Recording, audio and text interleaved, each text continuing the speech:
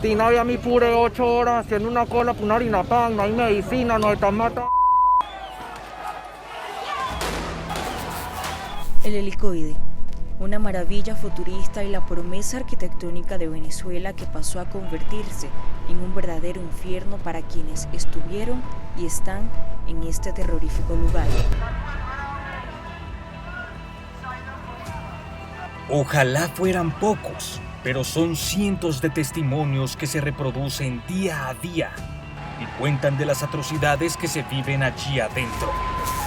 La violación sistemática de los derechos humanos en Venezuela es una realidad. Se siguen llevando a cabo detenciones arbitrarias y maltrato a disidentes políticos de la actual administración chavista. Es por ello que conversamos con Leandro Buzón, sociólogo, activista venezolano y una de las tantas víctimas de la persecución política. Como dirían algunos terapeutas, heridas de guerras que son imborrables,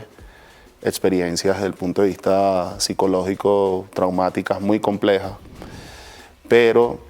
en función de eso y no quedarnos solamente en el dolor, en la queja, en la culpa o el reclamo, la realización de este museo y con estas 30 historias que nosotros levantamos, en donde tienes perfiles muy diversos, desde un diputado o exdiputado de la Asamblea Nacional hasta una bailarina o un adolescente en su momento cuando fueron detenidos de manera arbitraria, en su momento como fue el caso de Eliani, el de una manicurista, el de un activista de derechos humanos como Víctor, que por organizar Modelos de Naciones Unidas fueron detenidos de manera arbitraria. Toda esta, digamos, proceso de levantamientos de historias y que ustedes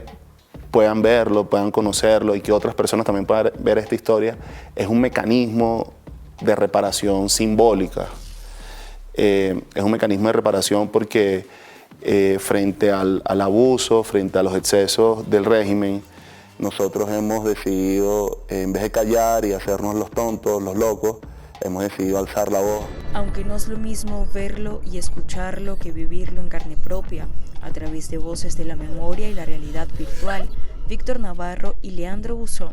buscan concientizar sobre la crueldad que viven los presos políticos dentro de este centro de tortura. Lo que vemos representado y vemos conectado acá es que la tortura es un patrón sistemático. O sea, en estas 30 historias, pero después tú ampliamos la mirada un poco más y vemos dentro de los 15.000 personas que han pasado por el helicoide a lo largo de todo este tiempo, te das cuenta que la tortura tiene un patrón recurrente. Hay un modus operandi, se te detiene de manera arbitraria, posteriormente estás desaparecido por más de 72 horas, siempre se te impone un juez de manera autoritaria, se presentan pruebas injustas y es decir, todo el proceso que termina sucediendo acá es realmente injusto, arbitrario, carente de sentido y de legalidad y eso no se ha parado. Entonces, y recuerda que también tenemos una política de puertas giratorias en donde realmente tú liberas a 5 o 6, pero vuelves y agarras a 10 más. 15 minutos en esta realidad virtual es más que suficiente para recorrer y respirar entre las tinieblas de los calabozos del helicoide. Se van a encontrar con 3 salas. Una sala en donde, para poner en sintonía y darle un poco de contexto a las personas que no conocen sobre el tema de Venezuela, el helicoide estaba predestinado hacia finales de los años 50, principios de los 60, a ser un centro comercial icónico en la región, en América Latina y en el Caribe, por su forma helicoidal. Entre la demagogia, el populismo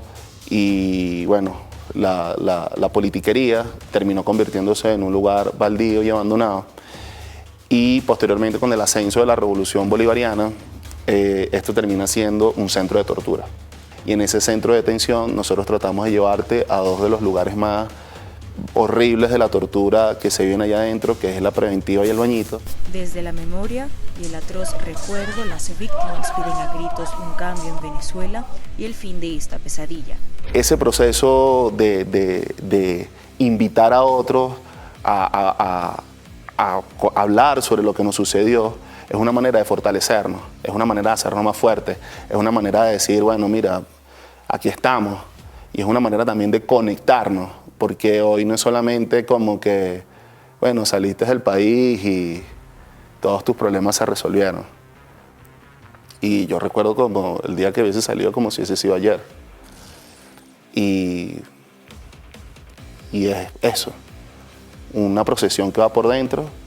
pero también de este dolor y de esta complicación hemos decidido transformarlo y que mute hacia algo que nos invita a conectar y a hacer una diáspora organizada, sujeta a derechos, a deberes, y no solamente quedarnos desde el discurso lastimero de ay, pobrecitos nosotros, sino que somos unos sujetos activos y participativos en el lugar en donde estamos haciendo vida. Contra todo pronóstico, la defensa de los derechos humanos sigue más que vigente, con la esperanza de que en un futuro próximo el Helicoide, hoy reconocido como uno de los centros de tortura más terroríficos del mundo, quede solo un reflejo del pasado. Para mí el Helicoide tiene que ser un centro de memoria en donde todos los venezolanos en algún momento seamos capaces de ir, de conectarnos y decir, hey, por aquí no es el camino. Y que sí, con mucho dolor, con mucha vergüenza, el